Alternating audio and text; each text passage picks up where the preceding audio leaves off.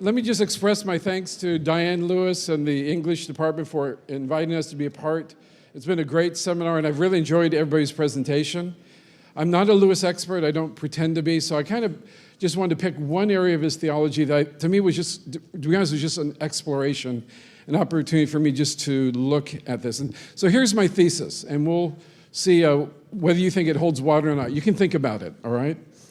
I want to suggest to you that C.S. Lewis does not present either a utopian or a dystopian view of evil, but that his theology actually treats evil as a reality of a fallen world, and that we see a picture of this as we look both in Scripture as it describes the fall, but also as we look in the world, and it even shows up in the world of Narnia. Evil is real. But he is not a fatalist. Even though evil is real, it is restrained, and there is always a message of hope in Lewis's discussion of evil. So let's take a look at it, that Lewis is not a utopian. A utopian perspective does not take seriously enough, according to Lewis, the present state of the world which is fallen. Evil, temptation, sin, and suffering exist in our world, and Lewis wants to address that directly. He argues that the utopian worldview is just totally unbiblical because sin has corrupted the perfect world that God has created. And so both Scripture and the world really tell us that the world is fallen. And in fact, what I would suggest to you as we look through Narnia a little bit together today, Narnia is a world where evil really does exist. Now, this, again, I don't pretend to be a great literary guy, and I don't say that mockingly. I mean, we can't understand Scripture unless you understand that it is literature. It's more than literature, but it is literature. I mean, 1/3 of our Bible is poetry. So we need to know literature. So I wish I was actually better versed in this area, but I was intrigued by this aspect in looking at Lewis. You would think if you're writing a children's book that you might create this utopian world, that everything is perfect, everything is wonderful, there's never any problem, peace, harmony, devoid of pain, evil, suffering, and death. Lewis doesn't do that. Narnia is not a millennium-like world. It is a world, a shadow, if you will, of our very own. Our Narnia is a world that has evil. It has witches, temptations, failures, and wars. Creatures that rebel against their creator. And there's even death, of all things, in Narnia. To be sure, Aslan didn't create the world of Narnia this way, but even within 7 hours, as you know, the son of Adam brought sin into Narnia, evil into Narnia. So let's take a look together at some of the examples in Narnia. And these are, again, I don't claim them to be comprehensive, but I think you'll recognize some of them. There's certainly images of the fall that Lewis presents. In The Magician's Nephew, remember, it's Queen Jardis, who appears in the garden and is tempting Diggory. She tries to get him to obviously to eat the apple from the forbidden tree, and you know that story. But there's an image of the very biblical fall that we have.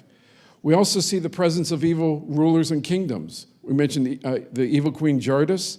What about the White Witch, who turns Narnia into a winter wonderland and actually takes up battle against Aslan? We have the Telmarine dynasty, who take over Narnia. No, they're not from there, but still they come into the land and attempt to suppress and really expel, to eliminate all the Narnians until, of course, Caspian X. You have rulers who enslave people and trade them like property.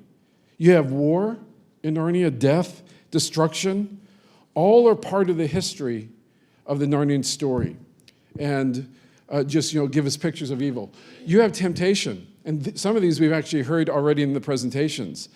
But of course, where I get the title for this presentation, Turkish Delight, Edmund is seduced by a witch and her enchanted Turkish delight. Now, we kind of have to watch those you've been eating to see if anything happens here in the front row after eating it. But the image is poignant if you think about it. Edmund gorges on what he believes to be a sweet treat, wonderful, good, only to become enslaved by its very powers. What incredible imagery of the power of sin. And Lewis actually writes that Edmund didn't know that anyone who tasted it would want more and more of it. It's seductive. And wouldn't even if they were allowed, and would even if they were allowed to go on eating until it actually killed them. But what a picture of sin. That here we think it's good. Of course, it's the lie of the enemy that it's good. It's something, God just is trying to withhold something positive from us. But in reality, it brings death. And of course, temptation leads to sin, which leads to bondage, betrayal, and ultimately the need for redemption. I was thinking also about when Lucy was tempted. And of course, you'll remember this from the Voyage of the Dawn Treader as she opens the magic book on the island of voices. And of course, we'll just look at two of them here. But the first spell, you'll remember, was the temptation to make her more beautiful. Beyond the lots of mortals, Lewis writes. And this lures her, it draws her because she wants to be beautiful. And even though, as Lewis writes, she foresees that for this to take place, that her beauty will provoke wars among kingdoms, she desires it regardless of its impact upon the world. And more importantly, and you'll remember this, what's the other reason why she wants it? Because she wants her sister, Susan, to be envious of her beauty. And so the second temptation beyond the whole issue of beauty, you remember that she is tempted to eavesdrop on her friends, and she hears them talking about her in an unfavorable way. And of course, Aslan appears, and Lucy repents of her deeds, of what she's done. But I love what Lewis does at this point, because you would think, again, in the children's thing, now everything's wonderful, everything's perfect, but it's not. Because Lewis actually shows that even though Aslan has forgiven her, the consequences remain because their friendship will forever be tarnished because of her sin. Now, see, in a utopian world, she repents, everything's wonderful, and there's no consequences. But in Narnia, the consequences still remain. Well, there's not only temptation is real, but you have a lust for greed and power. Of course, here we think maybe of Caspian and Edmund as they about come to blows on when they discover this pool that turns everything to gold. Immediately, you find in the book, they want what this will produce. Caspian takes instant possession, and he says this, I claim this land forever as Narnian possession, and it shall be called the Gold Water Island, and I bind you all to secrecy. As if he owns this, it's now mine, leave me alone. The temptation is there. And we see in Narnia the lust for power and greed is also in that world as well. We also see the corrupting power of sin. I mean, who can forget the opening line to the Voyage of the Dawn Treader? There was a boy, I think you know the rest of it. There was a boy called Eustace Clarence Scrub. And he almost deserved it, Lewis says. He's the doubter in spite of all the evidence around him. He's the materialist who can't see beyond the physical, no matter what he's all around. He is actually the embodiment of the corrupting power of sin and what's happened to our world.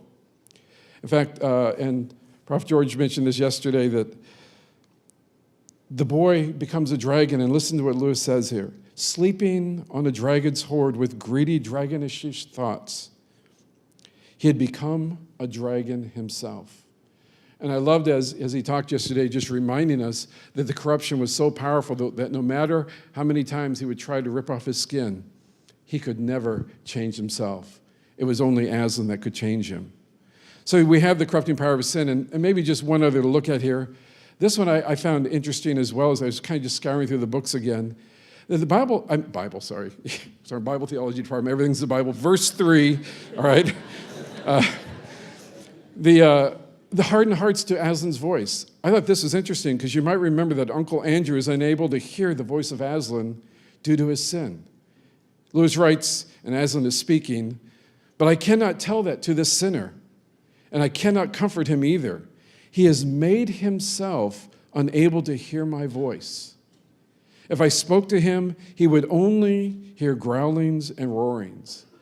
And I think about our world when they hear the gospel, that it's foolishness to them. Or when they think of God, they only perceive him as a righteous judge who's looking to condemn them, rather than a righteous judge who has paid for the sin, wanting to redeem them.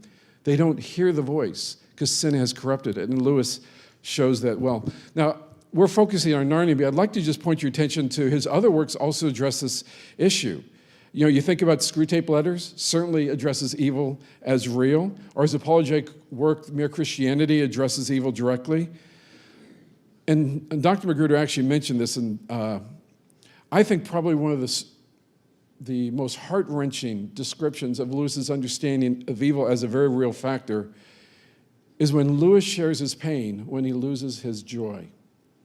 And obviously, you know what I mean by that. Joy is the name of his wife. Joy is also the pain that he goes through, what he loses when he is struggling, when this once longtime bachelor gets married and the person he loves dies of cancer. And I've always found this very revealing of Lewis being able to open his heart to us. And I'd like you just to listen to it. I don't have it all up on the screen, but I do want you to listen to it because it is just so poignant in what he goes through. It says, "Meanwhile, where is God?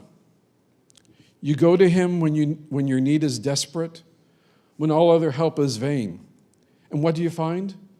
A door slammed in your face, and a sound of bolting and even double bolting on the inside. And after that, silence. You may well turn away, and the longer you wait, the more emphatic the silence becomes. What can this mean? Why is he so present, a commander in our time of prosperity, and so very absent a help in the time of our trouble? It's not that I'm in much danger of ceasing to believe in God. The real danger is coming to believe such dreadful things about him. The conclusion I dread," Lewis writes, "is not so there's no God after all, but so this is what God is really like." Now, it may shock you to hear him say that, but he was being very honest about his feelings and what he faced in a world where death is real. And I'm thankful what Dr. Magruder said as well, that he did not stay there. But neither did he skirt over this as if you don't talk about this. Evil is real, and he recognized that. When I read these statements by Lewis, I'm reminiscent of the Psalms that do the same thing, or Lamentations. They don't cover up the grief that people feel. The questions are normal, and Lewis knew that. We struggle with the why of evil. Why in this world? And how many times have we read, and we actually heard many times yesterday, that Aslan is not a tame lion. He is no domesticated deity who does the bidding of his servants. He is the sovereign Lord of the universe. He's the creator. He is good and he is just, but he is sovereign. He knows when to come and he knows when to stay his hand. And I think Lewis teaches us through this that there are times that though we do not understand, in a world that is evil, in the pain that is real, he still reminds us that Aslan is there, even at times when we don't seem to hear his voice or sense his presence. And we can find comfort in his unchanging character. Well, I don't want to leave everything in a very negative, boy, this is a downer. Right, okay, let's all go, be dismissed, Even though Lewis does take evil real, he is not dystopian. And now, since this is a English seminar, and of course, like I guess others would be afraid of doing theology when messing up theology, I'm afraid of messing up English and going, see, that's what you should never say or do. I'm not using dystopian in an overly technical sense, and I did a lot of looking to try and find a clear answer, and I found out there's actually a lot of debate how you define it in the category. And so if I'm thoroughly wrong on that, the English profs can help get that all straight for you. But I'm using it in the sense of just kind of as the opposite of a utopian world, the idea that would ascribe too much power and reality to evil and corruption, that's almost untamed in some way. And Lewis is not pessimistic about the world, and as if evil is present, but it is not unrestrained. Humanity is fallen, but it is redeemable. So even though he is not utopian, he has not given up on the world as if evil is now in charge. No, in Narnia, Aslan reigns. Evil does not reign. It is present, but it is not in control. So in contrast to other movies, you are not left into a position where you're just hoping that the odds are ever in your favor. Yes, I read the book. After I saw the movie, then I read the book. So I apologize, okay? I had to do it the first way. All right, so what do we know about Lewis's, when I say he's not dystopian, let me highlight just three quick things here. For Lewis, evil is not part of God. Lewis wrote against any pantheistic idea that wants to make God in everything and everything is God. He actually directly contrasted that because he says, if you've got somehow everything is God or God is in everything, then you're really making evil a necessary part of God. That evil permeates God as well. And he says that is not a biblical perspective. It denies the absolute perfection of God who was without evil and unrighteousness. So evil certainly is not part of God. And he also says neither is evil eternal or omnipotent.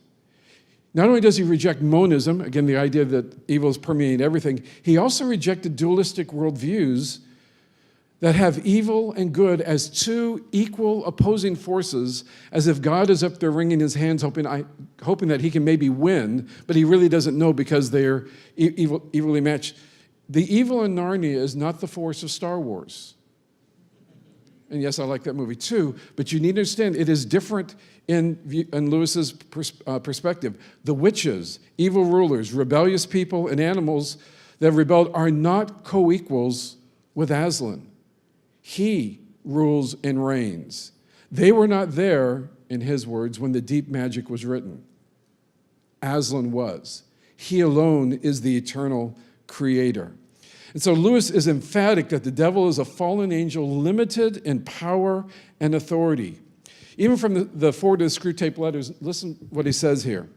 Now, if by devil you mean a power opposite to God and like God, self-existent from all eternity, the answer is certainly no. There is no uncreated being except for God, and God has no opposite. And so what Lewis actually says, rather than thinking of like God and the devil, he says what we really need to do is put the Michael, the archangel, or Gabriel and the devil, because you've got good angels and fallen angels, and that gives you a better picture because God is not of the same category. They're all created. He is uncreated. In fact, he warns the problem we have really are two opposites. And Dr. Magruder alluded this, helped me find this quote here, where Lewis basically says that here's the problem.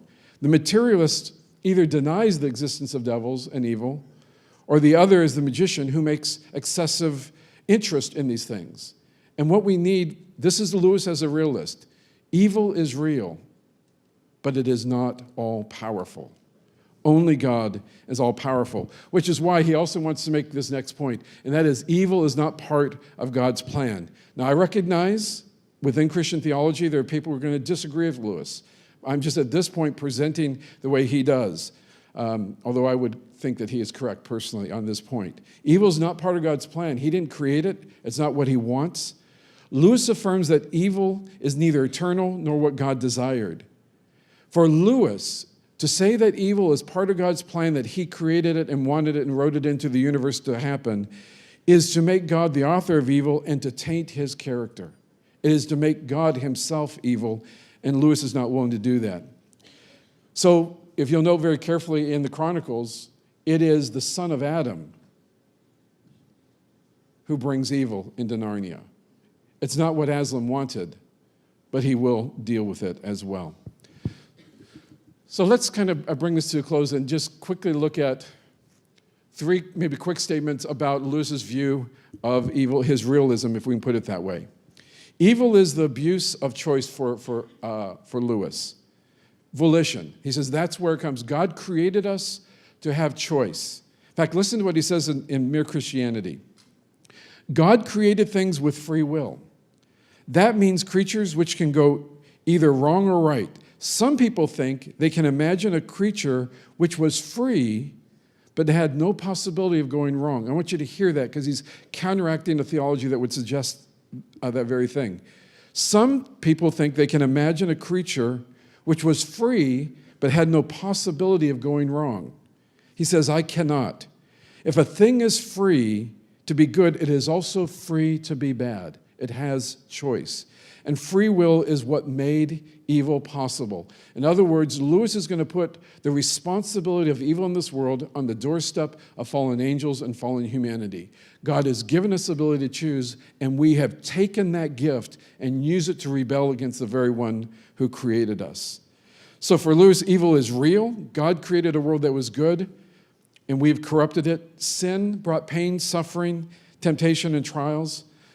But this last one, I think, is what I've been trying to harp on as well, is remember that evil is restrained.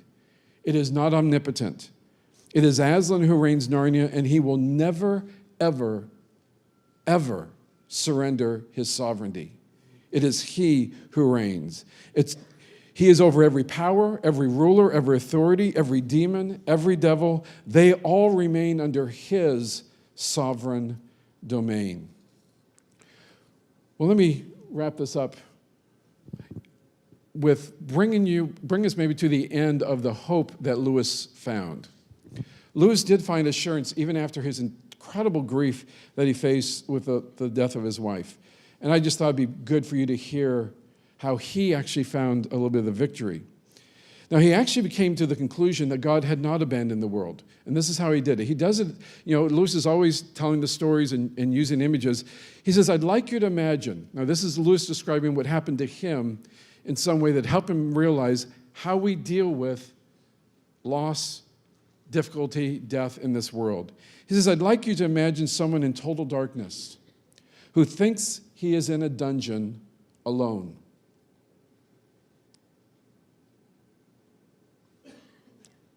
Believes nothing is there. He is forever abandoned, and there is no hope. But then all of a sudden, he hears from afar off some waves crashing, the wind blowing through the trees, and maybe even some cattle. And the sound proves that actually he's not in a cellar or a dungeon after all.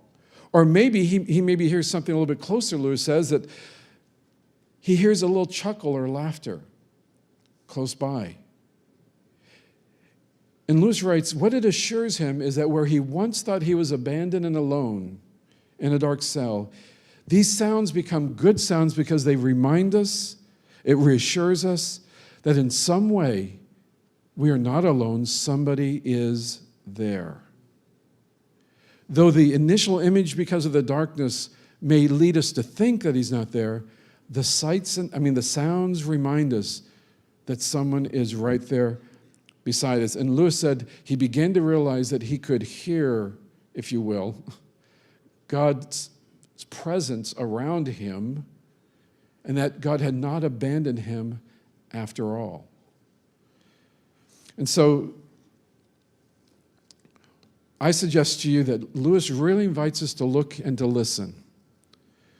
When we fear that evil is triumphing and the world is out of control, stop and listen. When we experience pain and suffering and wonder if we are abandoned, stop and listen.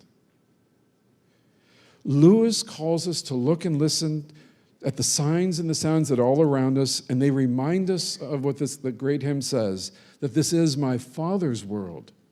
And let me never forget that though the wrong seems often strong, God is the ruler yet. And so students, listen. Aslan's on the move, and he's here.